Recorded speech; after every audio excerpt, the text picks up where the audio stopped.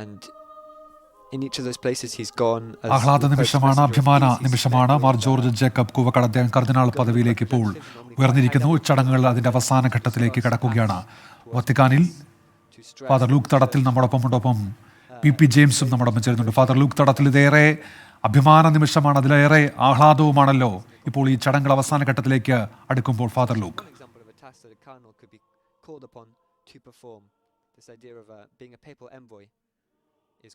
quite common, but it's most cardinals will never be asked to do something like that. So as I was saying, Mar George Jacob cardinal Koovakad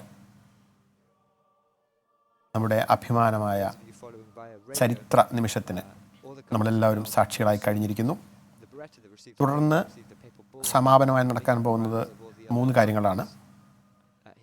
ഒന്നാമതായി സ്വർഗസ്ഥനായ പിതാവേ എന്ന കർത്തൃ പ്രാർത്ഥന പാപ്പായുടെ നേതൃത്വത്തിൽ നടത്തുന്നു.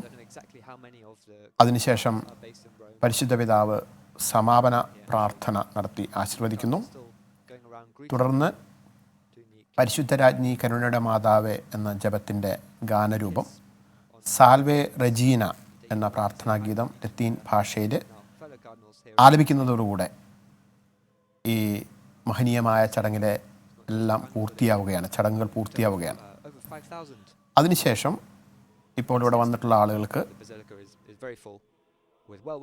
പുതിയ കർദിനാൾമാരെ നേരിട്ട് കാണുന്നതിനും തങ്ങളുടെ സ്നേഹാദരവുകൾ അറിയിക്കുന്നതിനുമായിട്ടുള്ള അവസരമുണ്ട്. Courtesy visit to the new cardinals എന്നാണ് പറയുക. 2 സ്ഥലങ്ങളാണ് അതിനുവേണ്ടി വത്തിക്കാൻ പാലസിൽ ഒരുക്കിയിരിക്കുന്നത്. ഔള ദെല്ല ബെനഡിസിയോണെ എന്ന ഒരിടത്തും ഗലേറിയ ലപ്പിദാരിയ എന്ന ഇടത്തുമാണ്. നമ്മുടെ കർദിനാൾ Mar George Jacob cardinal Koovakad അദ്ദേഹത്തിൻ്റെ ആളുകളെ സ്വീകരിക്കുന്നതും ആളുകളുടെ സ്നേഹാദരം ഏറ്റുവാങ്ങുന്നതും ഔള ദെല്ല ബെനഡിസിയോണെ എന്ന സ്ഥലത്ത് വെച്ചായിരിക്കും. 1 മണിക്കൂർ സമയം, വത്തിക്കാനിലെ സമയം 5:30 മുതൽ ഉള്ള സമയം അതിനു വേണ്ടിയിട്ട് നൽകിയിട്ടുണ്ട്. തുടർന്ന് നാളെ നേരത്തെ സൂചിപ്പിച്ചതുപോലെ പരിശുദ്ധ പാപ്പായുടെ കൂടെ പുതിയ കർദിനാൾമാരും കർദിനാൾ സംഘത്തിലെ മുഴുവൻ പേരും ചേർന്ന് നടത്തുന്ന വിശുദ്ധ ബലിയോടുകൂടെ ഈ കൺസിസ്റ്ററിയുടെ ചടങ്ങുകളെല്ലാം പരിപൂർണമാകും. 2013 ഫ്രാൻസിസ് പാപ്പാസ്ഥാനം ഏറ്റെടുത്തതിന് ശേഷം നടക്കുന്ന 10ാമത്തെ കൺസിസ്റ്ററിയാണ് ഇത്. ലോകത്തിൻ്റെ വിവിധ ഭാഗങ്ങളിൽ നിന്നുള്ള പ്രാതിനിധ്യം കൃത്യമായി ഉറപ്പിച്ചുകൊണ്ട് ആണ് കഴിഞ്ഞ 10 കൺസിസ്റ്ററികളിലെയും കർദിനാൾമാരുടെ നിയമനങ്ങൾ നടന്നത് എന്നത് വളരെ ശ്രദ്ധേയമായ കാര്യമാണ്.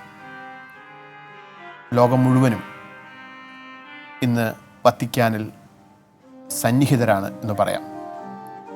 സഭയുടെ ഭരണത്തിൻ്റെ വിവിധ ഘട്ടങ്ങളിൽ ഇടപെടാൻ ലോകം മുഴുവനിൽ നിന്നുമുള്ള പ്രതിനിധികൾ ഇപ്പോൾ വത്തിക്കാൻ്റെ ഭാഗമായിട്ട് ഭരണതലത്തിൽ തന്നെയുണ്ട്.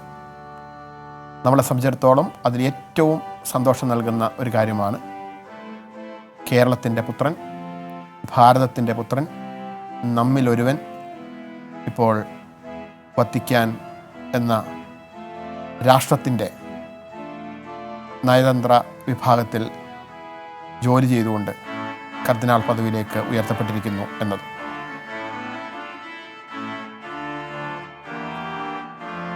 By the way, if you're interested in learning about the makeup of the College of Cardinals and how that's maybe changed with these 21 new additions, the Vatican has just launched a dashboard for the College of Cardinals. I believe it's only available in Italian, but if you Google, so the title in Italian is Dashboard Collegio Cardinalizio.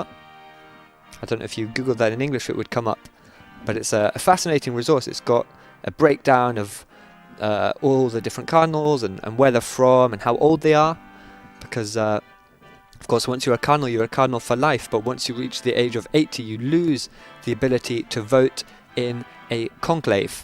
So the conclaves are these meetings of the College of Cardinals that elect the new popes, And സംഘത്തിൻ്റെ they have sort of two phases. പരസ്പരമുള്ള ആശ്ലേഷമാണ് നടന്നുകൊണ്ടിരിക്കുന്നത്. ഈ സമയത്ത് കർദിനാൾ സംഘത്തെക്കുറിച്ച് അല്പം വിശദീകരിക്കാം.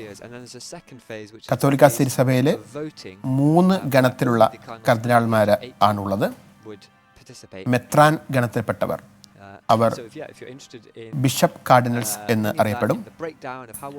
വൈദിക ഗണത്തിൽപ്പെട്ടവർ, അവർ priest cardinals എന്നറിയപ്പെടും. Deacon ഗണത്തിൽപ്പെട്ടവർ, അവർ deacon cardinals എന്നറിയപ്പെടും. പേര് കേൾക്കുമ്പോൾ മെത്രാൻ, വൈദികൻ, ഡീക്കൻ എന്ന് തോന്നുമെങ്കിലും സത്യത്തിൽ ഈ കർദിനാൾമാരെല്ലാം തന്നെ ഇപ്പോൾ ബിഷപ്പുമാരായതിനു ശേഷം, മെത്രാന്മാരായതിനു ശേഷം ഈ പദവിയിലേക്ക് എത്തുകയാണ് ഉള്ളത്. പിന്നെ എന്തുകൊണ്ടാണ് ഈ പേരിൻ്റെ വ്യത്യാസം? മെത്രാൻ ഗണത്തിൽപ്പെട്ട കാർഡിനൽ ബിഷപ്സ്, ബിഷപ്പ് കാർഡിനൽസ്, അവര് പ്രത്യേകമായി തിരഞ്ഞെടുക്കപ്പെടുന്ന ഏതാനും ചുരുക്കം പേരുടെ ഒരു സംഘമാണ്. പാപ്പ പ്രത്യേകമായി തിരഞ്ഞെടുക്കുന്ന ഏതാനും പേര് അതിലുണ്ടാവും. അതിനു പുറമെ വ്യക്തിസഭകളുടെ തലവന്മാരായ പാത്രിയാർക്കിസ്മാരെയും ഇത്തരത്തിലേക്ക്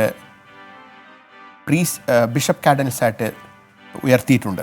അതിനുള്ള ഏറ്റവും അടുത്ത ഉദാഹരണമാണ് കൽദായ സഭയുടെ തലവനായ കാർഡിനൽ സാക്കോ ഇത്തരത്തിലൊരു ബിഷപ്പ് കാർഡിനലാണ്. രണ്ടാമത് വരുന്നത് പ്രീസ്റ്റ് കാർഡിനൽസാണ്. പ്രീസ്റ്റ് കാർഡിനൽസ് അഥവാ വൈദിക കർദിനാൾമാരുടെ സംഘം എന്നത് സത്യത്തിൽ അവർ വൈദികന്മാരല്ല, അവർ മെത്രാന്മാർ തന്നെയാണ്. പക്ഷെ അവർ കത്തോലിക്ക സഭയുടെ ലോകമെങ്ങുമുള്ള വിവിധ രൂപതകളിൽ ജോലി ചെയ്യുകയും ആ രൂപതകളെ പ്രതിനിധീകരിക്കുകയും ചെയ്യുന്നവരാണ്. ഉദാഹരണത്തിന് ഇവിടെ കേരളത്തിൽ നിന്നുമുള്ള നമ്മുടെ പ്രിയപ്പെട്ട 2 അഭിമന്യ കർദിനാൾമാർ, സീറോ മലബാർ സഭയുടെ മുൻ സഭാ തലവനായിരുന്ന ആലഞ്ചേരി പിതാവും ഇപ്പോൾ സീറോ മലങ്കര സഭയുടെ തലവനായിരിക്കുന്ന ക്ലിമീസ് പിതാവുമൊക്കെ പ്രീസ്റ്റ് കാർഡിനൽ വിഭാഗത്തിൽപ്പെടുന്നവരാണ്. മൂന്നാമത്തെ വിഭാഗമാണ് ഡീക്കൻ കാർഡിനൽസ്, ഡീക്കൻ ഗണത്തിൽപ്പെട്ട കർദിനാൾമാർ. ഇവരും നേരത്തെ ഞാൻ സൂചിപ്പിച്ചതുപോലെ ബിഷപ്പുമാർ തന്നെയാണ്, അവർ ഡീക്കന്മാരല്ല. പക്ഷേ അവരെ ഡീക്കൻ കാർഡിനൽസ് എന്ന് വിളിക്കുന്നത് വത്തിക്കാൻ കാര്യാലയത്തിലെ, വത്തിക്കാനിലെ കൂരിയയിലെ, റോമൻ കൂരിയയിലെ വളരെ പ്രധാനപ്പെട്ട സ്ഥാനങ്ങൾ വഹിക്കുന്ന, ആ സ്ഥാനങ്ങളിൽ സേവനം ചെയ്യുന്നവർ എന്ന അർത്ഥത്തിലാണ് അവരെ ഡീക്കൻ കാർഡിനൽസ് എന്ന് വിളിക്കുന്നത്. ഇന്ന് കർദിനാൾ പദവിയിലേക്ക് ഉയർത്തപ്പെട്ട മാർ ജോർജ് ജേക്കബ് കർദിനാൾ കൂവക്കാട് ഒരു ഡീക്കൻ കാർഡിനലായിട്ട് സഭയുടെ ഡിക്കാസ്റ്ററികളിലും റോമൻ കൂരിയയിലും ജോലി ചെയ്യാൻ അവസരം സിദ്ധിക്കുന്ന ഒരു കർദിനാൾ കൂടി ആയിരിക്കും.